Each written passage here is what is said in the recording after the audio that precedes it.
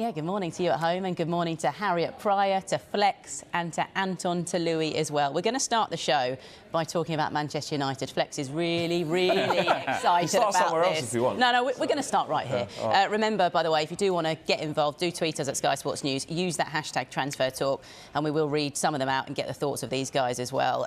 Flex, you're with us every Friday throughout the transfer window for your sins at this point, I think. I see why they've done that. I know. Everything happened during the week. Exactly, and a lot has happened since you were here a week ago. But before we get to the news lines, just sum up what the last week has been like for a United fan. It's been absolutely chaotic, hasn't it? I mean, obviously losing against Brighton wasn't the best start of the season. We then had the links to Marco Arnautovic, and that quickly stopped as well. And from then, it looks like Manchester United have been moving on to various other targets that are kind of new to the window, that we hadn't really heard of before. It's just been a really, really chaotic time. And Erik ten Hag is obviously looking to bring stability to the football club and build a new philosophy and get these players playing in a way that, you know, he envisages them playing over a long course, which we haven't seen yet. And it was a bad start, you know, the situation with Ronaldo in terms of he wasn't fit yet, no Martial.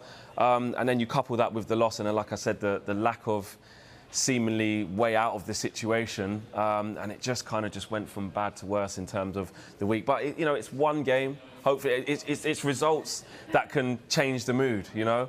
But when you lose like that and then you hear all of the news that was surrounded other viable transfer targets, it just didn't make for a good week, did it?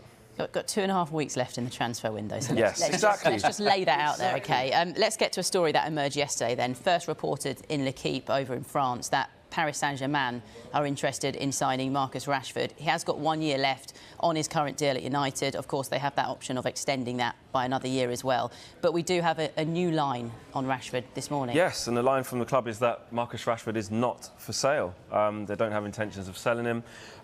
He has a year left on his contract, and the club can invoke an extra year on that. So essentially, he has 2 years. Marcus Rashford, I mean, being on tour with him and seeing some of the things that he was saying in the press conferences, he said it's a fresh start, it's something I'm looking forward to. I've had a full pre-season, he feels fit and ready, and looking at him up close in the training sessions, he looked sharp and looked ready to go. He's had a really, really difficult season last year. Really, really difficult season. I think one on a personal level that I think he really, really struggled with. Probably the first time in his career he's experienced such a fall-off in his performances, you know, and the way he struggled. But there is a player in there, there's ability in there, but I think that this is almost like a make or break. You know, you can see there 25 games last season, 4 goals, 2 assists, you know, it's not the best. And you look at the conversion rate there, not very high at 18%, so a real drop-off from the season before. And me personally, I just feel like this is a make or break season for Marcus Rashford. I feel like the fact that there's a new manager in Erik ten Hag who will definitely back himself to get something out of the likes of, you know, a player like Marcus Rashford. When I speak to fans, you know, I get mixed views. Some people say, you know, maybe he might have reached his shelf life there. Could there be a different challenge for him and the club? A lot of other fans say, listen, he's an academy prospect, there's a player in there, and we know that there's a player in there. But I just think Erik ten Hag's got a big part to play in this, and Marcus Rashford's got aspirations of being in that World Cup squad, you know. Agree that this is a huge season for him? Oh, it's absolutely massive. Look, you know, we're saying today, obviously, that United's official stance, he's not for sale. Should he be for sale? For me, that's the question that United need to answer. He's got, you know, a 1 year and 1 year option left on his contract, so effectively 2 years left on his contract.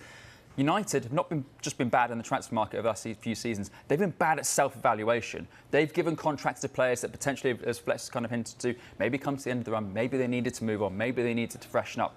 The fact of the matter is, Marcus Rashford, you know, started his career as a forward.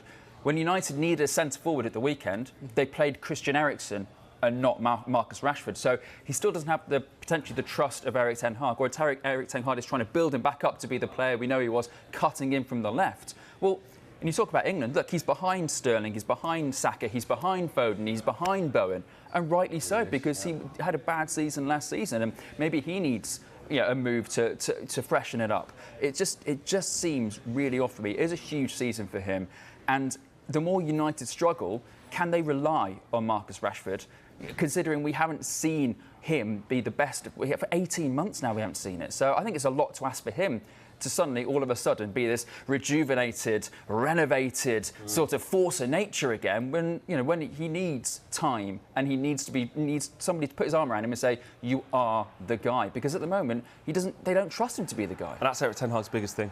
He needs that personal development, doesn't he? You mentioned there, he needs someone who's just going to work with him and work out where he fits best. Is he a winger? Can he be that out-and-out striker that maybe he was touted to be earlier on in his career? I'm not so sure, but what would maybe frustrate me as a United fan, and Flex, maybe you can back me up here, is that Manchester United have said they're very calm about the situation. Do United want them to be calm about the situation? Because they've been calm about the transfers they tried to bring in. They've lost they've gone for Arnautovic and that hasn't worked out. They've gone for Sesko. Early on in the window, they went for Nunez. These things haven't worked out when United have been calm. I think they almost need someone to put their foot down and say, right, this is the situation, this is who we want to bring in, this is who we're keeping. But Rashford, they can't afford to let go with Martial injured, Ronaldo situation uncertainty. There's so much uncertainty out that forward line. They are going to have Rashford step up and someone work alongside him, and Ten Hag is going to have to do that with him. Absolutely, and look, I think for me as well, 2 years left on his contract effectively, which means they're going to have to start talking about a new contract soon. That's why it's make or break. So what happens there? Because, Marcus Rashford, we know there's interest in Paris Saint-Germain.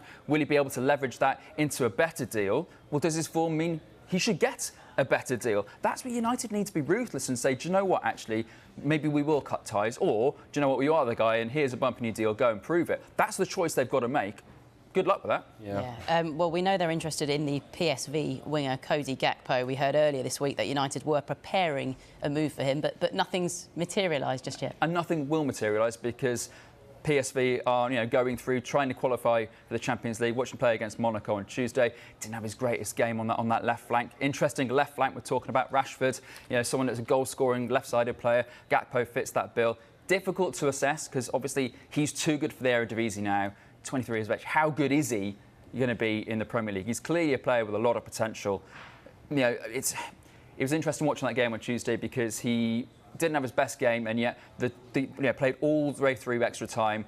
And the longer the game went on, you could see Monaco struggling with him because they needed to watch out. They needed to have 2 or 3 players on him as they tired, and therefore Luke de Jong popped up with the winner at the end, and that's effectively how they won it. They've got Noni Madueke, who's a fantastic young English player at PSV as well.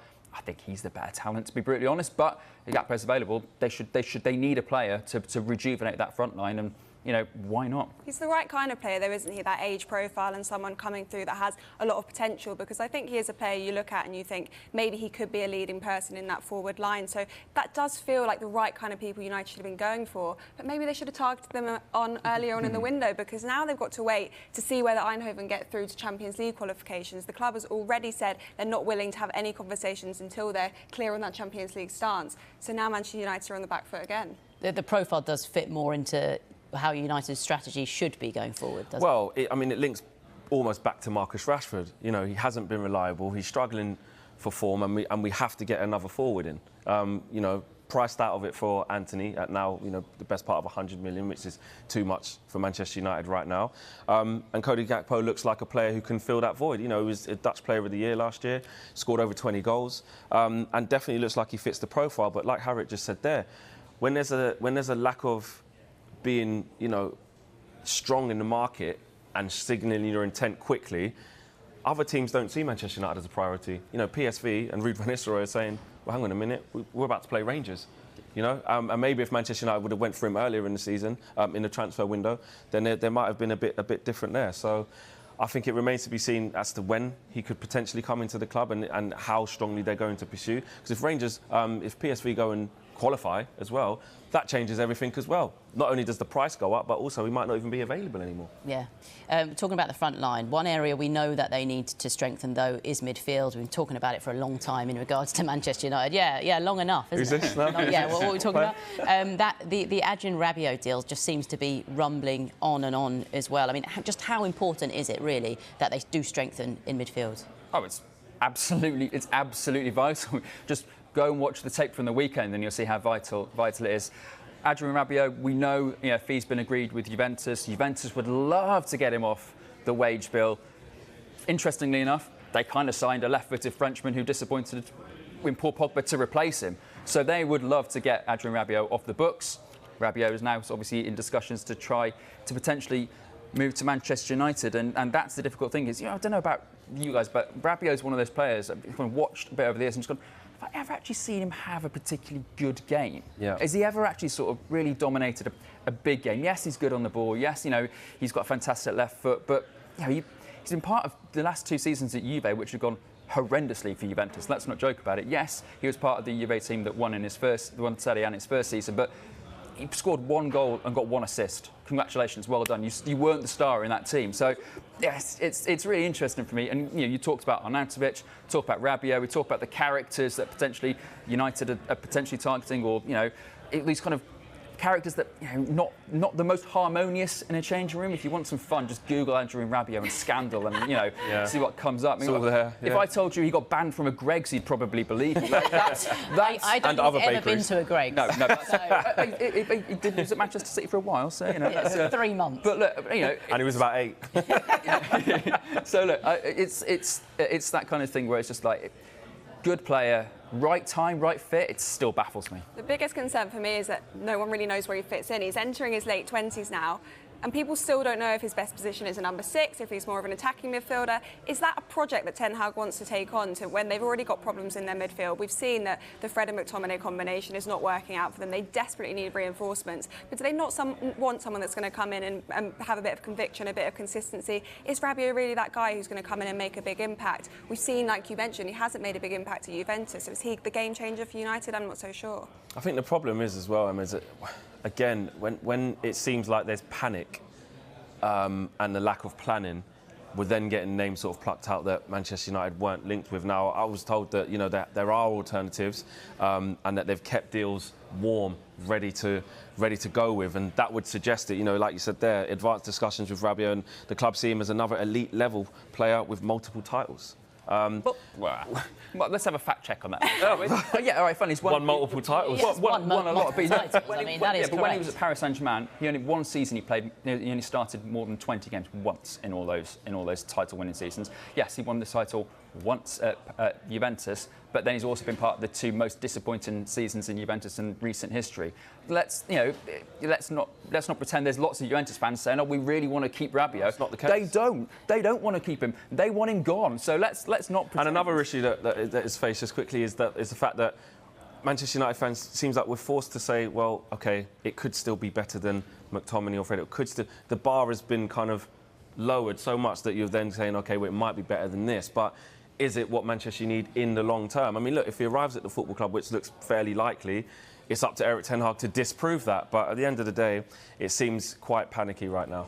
Well, I'll just quickly read you some tweets that some of you guys have sent in as well about Manchester United. Jake D'Souza, who is a regular viewer of Good Morning Transfers and Transfer Talk. Hello, Jake. Thanks for getting in touch. He said this window has potential to be really embarrassing for United. They chased one player for the whole window who didn't want to leave his club. Their one hope was that the player had a good relationship with Ten Hag, who may now go to one of their biggest rivals. Pauline Brooks has been in touch as well, saying, why are we hanging on to Marcus Rashford? He's been very poor for 2 years now. How many fresh starts should he have? That is why we can't progress. So keep your tweets coming, and let us know if you've ever seen Adrien Rabiot in a Greggs as well. Who knows? Or any other bakeries. Other pastry-based snacks. Yes, no, they are. You can see Manchester United in action tomorrow night. How will they get on? They face Brentford in the Saturday night football from 5 o'clock in the evening.